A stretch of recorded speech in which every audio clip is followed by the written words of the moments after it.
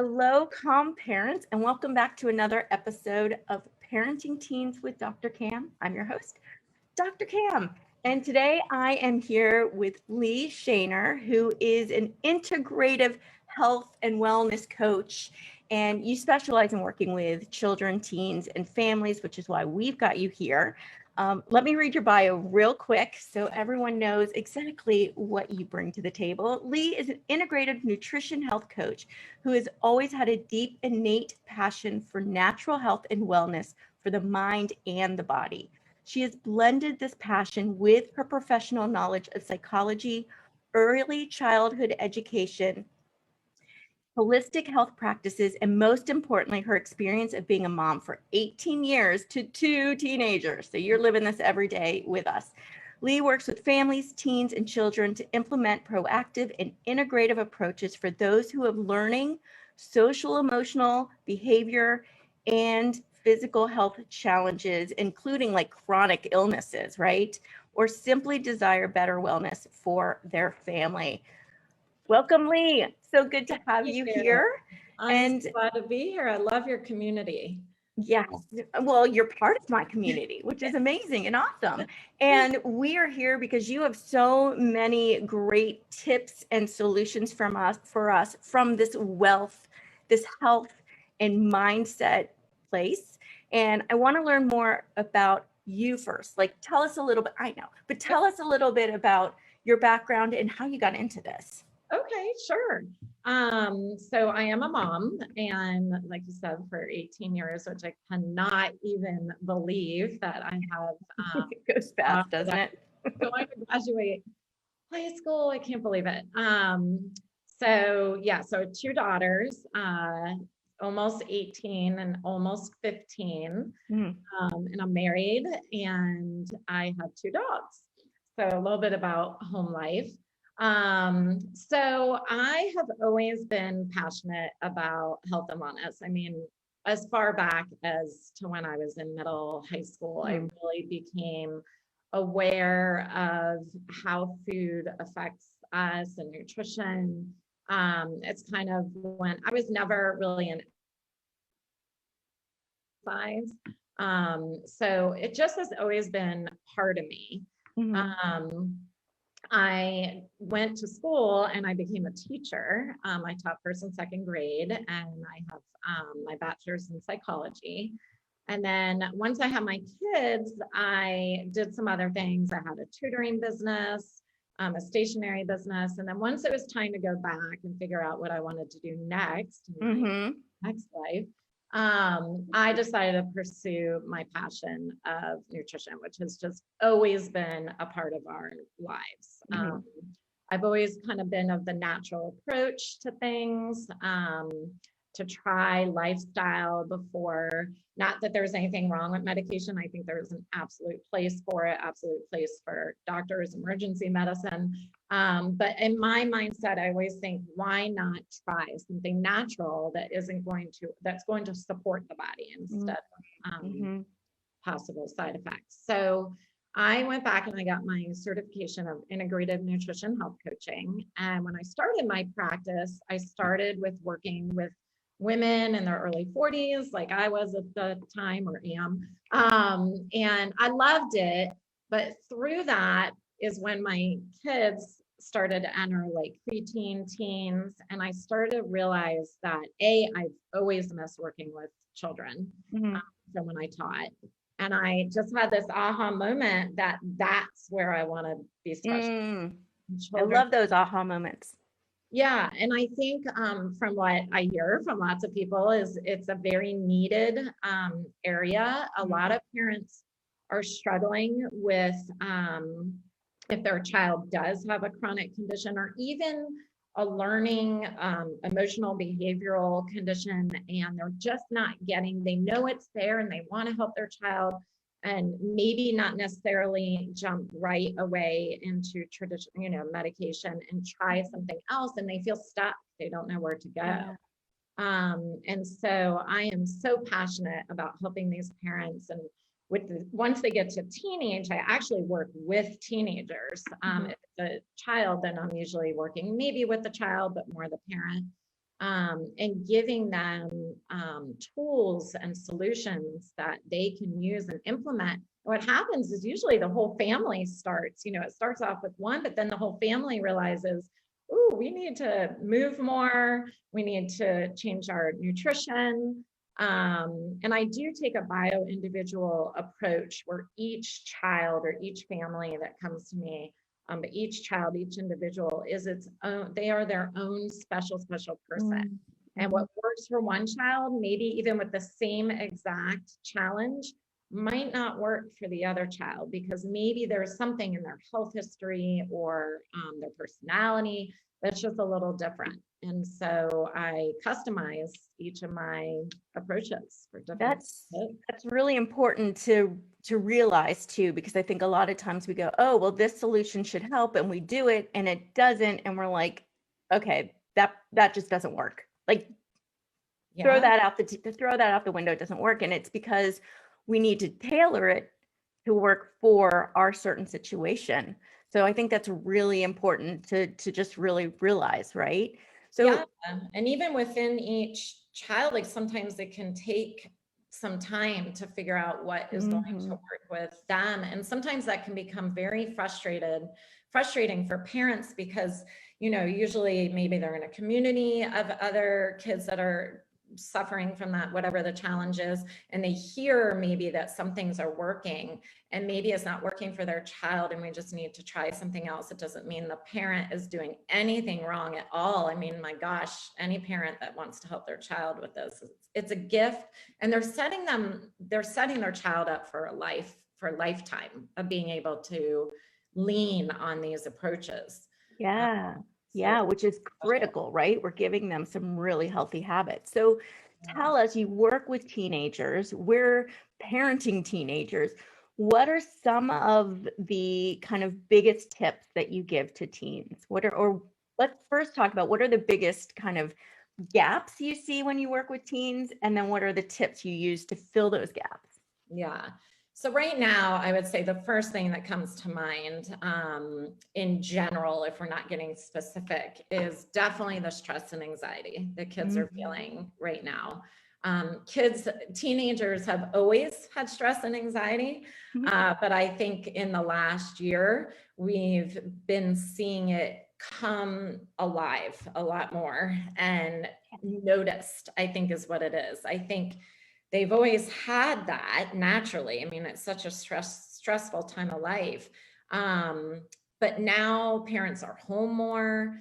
And so they're able to recognize that their child is struggling. We're not on the go as much. We're not as busy. That's where I feel like, slowing things down a little bit has had its benefits. And we've all been able to connect more with each other and see what is happening with our children.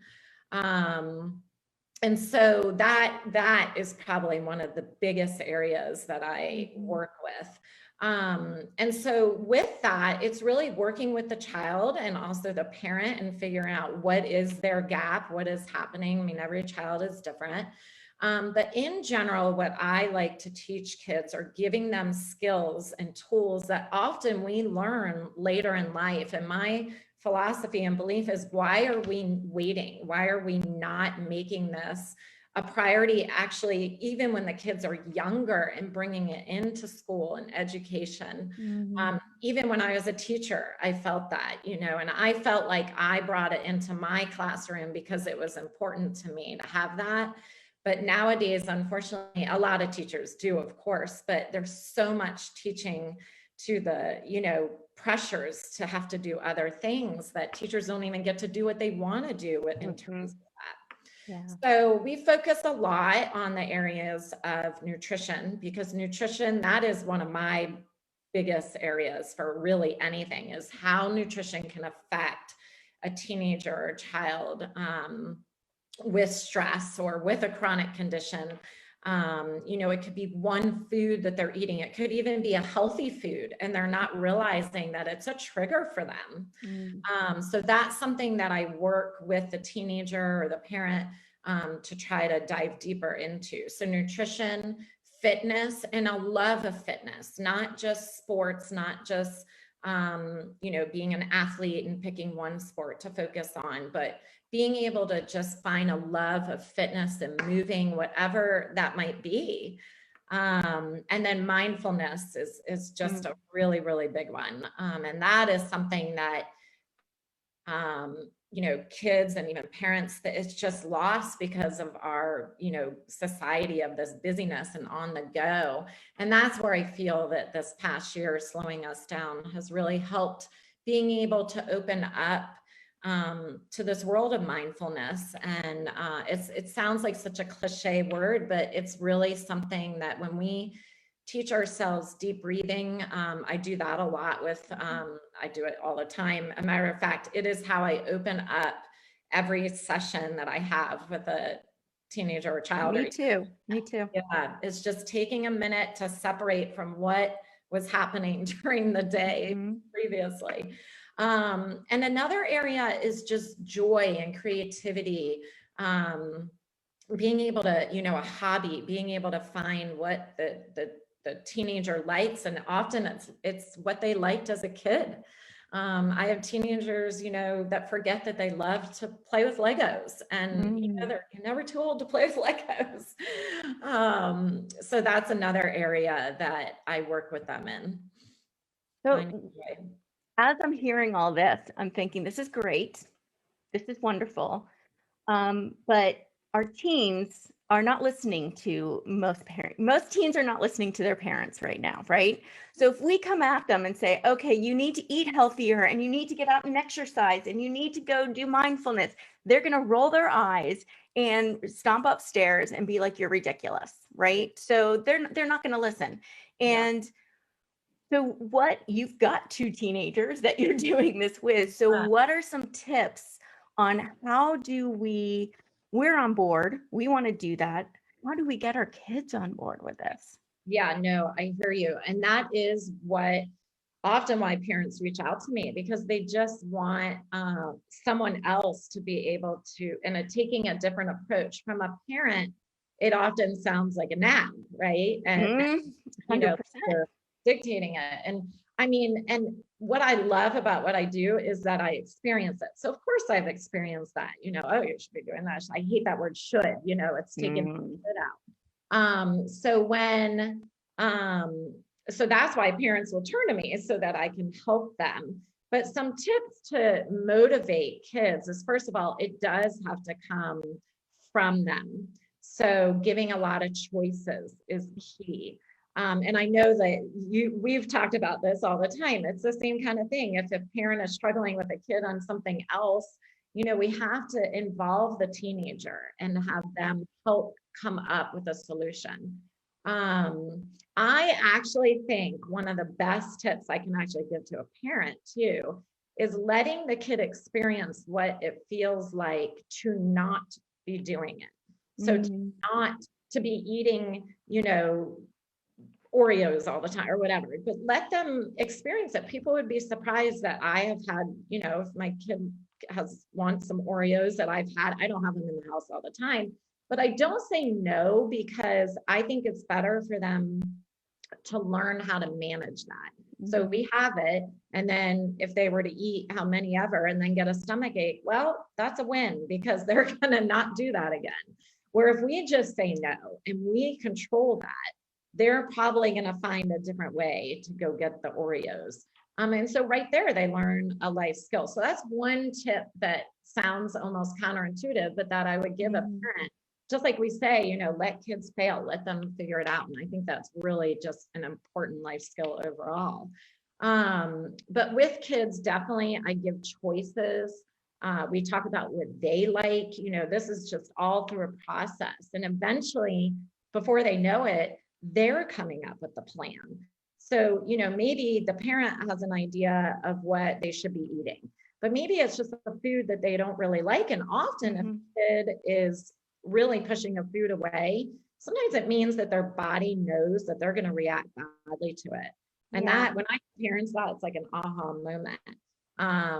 And so working with the child, and sometimes, it takes a while, but then before you know it, they're coming up with their plan. And so giving a lot of choices and motivating them and celebrating celebrating is huge, celebrating what it is that they are doing in these different facets of health and wellness. Yeah, I think that's so important to give them choices and have them be part of it, because I think a lot of times it comes across, even if we're not trying to do it, it comes across to the teens as we're telling them what to do, what they should do, and we're saying, you go do this. And I think another thing that we've talked about that really helps too is when it becomes a family thing. So it's like, expressing, and it becomes about feeling good. It becomes about energy. It's not about weight loss and how well you look, because that gets really dangerous territory, right? Absolutely. It's about, and being, so even for ourselves to be kind of modeling, oh, I ate that and I just don't, my energy level's just so down. It's not like I feel bad about myself. It's not oh, I'm so fat. It's oh man, I do not feel as energetic or as clear in my head as I did before, when I ate that. So it's about being helpful, and not being, looking and being better and needing to achieve this. So I think that's really helpful to model. I'm so glad that you brought that up, because my whole kind of premise is eat for energy. And so it's never a focus. Even if a parent comes to me, and I work with kids who, the parent's initial thought is they're worried about the weight or, their blood levels, which is so important to be looking at the blood work and see what's going on inside. But it's often I have to work with a parent to make them realize it's not about the weight. It's about so much more. And that is why what I do is sustainable. And it's life is supposed to be something that teaches them for lifelong and connect to themselves. But my whole practice is based on these holistic approaches and eating and just living for energy, living for vitality. We focus a lot on sleep. That's a big one. And also what ends up happening through all this is that it really always ends up about like self-worth, especially in these teenage years, which, I know you do a lot of work with as well. But their self-worth and believing in themselves and knowing that they getting them to a point where they want to do it for themselves. It is such a, this age is just such a, it could be tough because we don't want it to become all about like the outer and, more about the inner, and really making it about them as a person and that they're worthy of this. So I'm so glad that you brought that up, because it's something that is very important to me, especially with teenage boys and girls. But girls, I find the girls that come, it's an extra level that I need to work on often. Yeah, there's a lot of comparison going on, particularly with girls and what, social media and we work on that. We work on skills and ways to be able to, because a lot of times what they end up discovering is they don't actually want to be on their devices scrolling the social media, just like the thing. And so we work on ways to empower them to know that they don't have to be accountable. And that actually comes a lot in the night routine and morning routine. And not picking up that device right away and feeling like they're accountable to the rest of the world instead of themselves. And the feedback I hear from the teenagers, just those little things about not having the device at night and in the morning and being attuned to themselves. It's amazing to hear how liberating it is for them. It is. And I think it's really difficult for parents, because I hear a lot of times that the kids are addicted to their devices. The device is the first thing taken away if kids are not doing what they need to do. Their grades are down, they're talking back, whatever it is, the devices are the first thing to go. And the one thing I kind of warn with that is we actually are making the devices far more appealing by doing that, and they become even more of a desired thing. And so now when they get their devices, they like hoard it because they don't know when it's going to be taken away. So they get in as much. And as if it's something that is abundant and does not, there's no threat of it taken away, they put it aside. Like but when they think this is limited time, I've got to suck it in, and then they can't put it down. But I know, honestly, at our house, it's my daughter telling me to put mine down because I'm working all the time. And she's like, Mom, put your phone down and let's go do something else. Well, I'm glad you mentioned that, because that is an important part too, is the modeling with everything. So like I said, often I'm working with the teenager, and then it's the family that ends up like, oh, we need to step it up on the nutrition. And also how, and this is a good message to moms, how we're talking to ourselves, especially in front of our teenagers, not just daughters, but teenage sons.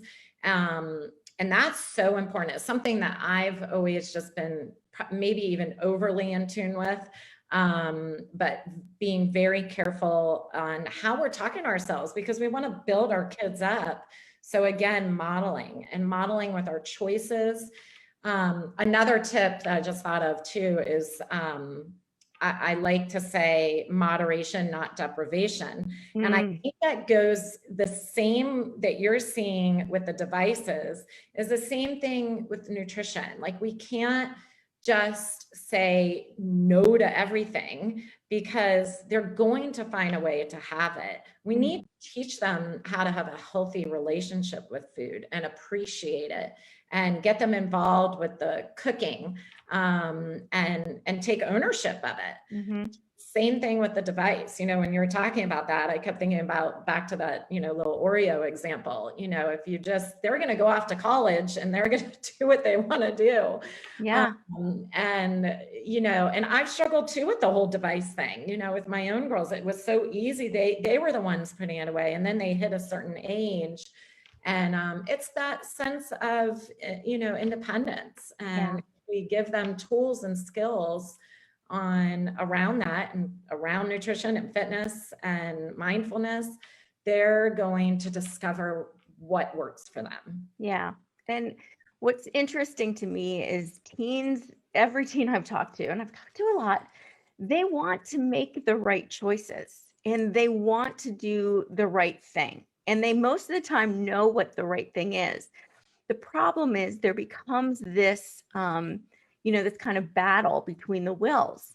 And so when the parents start really pushing the right thing, the teens are going to push back, whether they agree or not, they're going to push back. And so suddenly the right decision becomes a decision that's no longer available to them, because they can't make the same decision as their parents, because now they're just being told what to do, and everything in their body is saying, I can't do that. So now I need to pick another option, and all the other options aren't great, but that's what's left to them. So I'm always like kind of encouraging parents to not push the right choice so much, and let their children have the ability to pick that for themselves. But a lot of times they do. Yeah. A lot of parents also are very afraid they're not going to. And I talk to people that say, if I gave them their choice, all they would do is sit on the couch all day long on their device. That's all they would do. He said, you know what? Today and tomorrow, that could be true. Yeah. But in 3, 4, 5 days, they're going to be so freaking sick of it that they're going to do something else. And now it's their choice. Yeah. So let them sit on the couch and just do that without being bothered. And I'm sure they're going to get sick of it, and there's other things that they can do. Empowering for the kid to figure that out. And then, and at the end, it becomes, I've had situations where with the whole device thing, it's for everybody, it becomes empowering actually as a parent to see when your child is making the decision that's right for them and figuring it out. And like, oh my gosh, they did it on their own. And it's just empowering for everybody. And that's exactly how it is with, the health aspect. When you said, well, how in the world do we get these teens to do it? It's amazing that you hear how they react to the parent, but then they come to me, and And I'm the coach. I'm not a doctor. I'm not diagnosing, treating, curing. I'm coaching them. I'm empowering them, and they get it, and they like it. You know, they want to have that independence to be able to make those choices. And I do also work with some children with more chronic health conditions. And that also just becomes an incredible place. They feel heard, and they feel like they have options on how they can, because they might not be able to control what's happening in their body, but they can have control of how they react to it. I help parents and kids with that, and it's beautiful to watch that happen. Yeah. So we hear this, we want to do something. What is something that we can start doing today or implement today that will make a difference? Okay, so in terms of, let's stick to like the general stress and anxiety, since we know all kids are going through that. And I should say, teenagers, that stress isn't necessarily a bad thing. There's some good stress, maybe they're getting ready to present something to the class, and that's a good stress. It's something that they need to learn how to manage, because it's a life skill that they're doing. But then there's a lot of unhealthy stress and pressures that teenagers are feeling. So the number one thing I would say to a parent would be to listen and to be in tune and slow down themselves so that they can actually observe what is happening with their child, but really be observant and listening to what your child is saying, because they might be giving some clues on some things that are happening. Another tip that I would say in general is to give choice, like I said earlier, give choices to your child around food and nutrition. So not depriving, not deprivation, but rather maybe giving some healthy choices of some foods that they want, and let them pick. Have them be involved in the, a lot of times us moms are like, okay, we got to do our meal planning. We got to do the shopping, the cooking. It was really cool. Last night, my girls wanted to make something, and Eric and I have been out, and they went to the store and they got the stuff. And I was like, oh my gosh, this is awesome. And so, as a parent, giving yourself permission to just take a break and let the kids, if they, empower them to be in charge of that. And if it's not good, it's not good. If it's delicious, then great. And then another piece is definitely the mindfulness piece. Giving kids just time and space to be able to slow down and not feel like they always have to be doing something. And again, allowing them to discover what it is that they want to do during that slow down time. But I think that is so key right now, is just giving teenagers that time. Their bodies are growing, their hormones are running. They are working in ways that we don't even see it, but internally they are, in their minds. And then they're exposed to, all the social media. They need just some downtime. Yeah, absolutely. 100%. I've actually assigned that as homework to some of my teen clients. You have to this week spend some time doing absolutely nothing. And they're like, what? I'm like, you have to do nothing for a while, because your head's going to explode if you keep going at this rate, right? Yeah, and that's when the stress and anxiety becomes just too much, and they have to have these tools that I teach them and guide them on, so that they have something to lean on. We focus so much on so many other things, and what defines success. If we have a child that is, has this pressure to get all straight A's, but they are sick inside, and oftentimes you hear kids stomach ache, headache, where is this coming from? It's got to be coming from something, but often it's just something going on inside. And that's what I work with them on to guide. And also the slowing down piece, when you said that, it also hit me with the modeling. Like we as adults, like your daughter, when she said, we have to remind ourselves to take breaks too, which is hard, but it's so, so important. And it's amazing how liberating that feels too. And it becomes that whole family. 100%. And my answer is always, you're right. And I put it down immediately. So how do we work with you, Leigh? How do people find you? So the best way to find me is on Facebook under Leigh Deborah Wellness, or even just connect with me personally, Leigh Braverman Schoener. I am on Instagram under Leigh Deborah Wellness as well. I'm not the best at posting, but I'm trying to get better. And then we can post, I have a link tree that has links to each of my social media. So perfect. We'll do that. We will definitely do that. And then you said you had a free gift for people listening. Yes, I do. Yes, for everyone listening, if you purchase 6 weekly sessions with me for either you or your child, then you will get 1 session for free. And wonderful. So mention that you heard me talk with Dr. Cam, and you will get that. Awesome. This is great.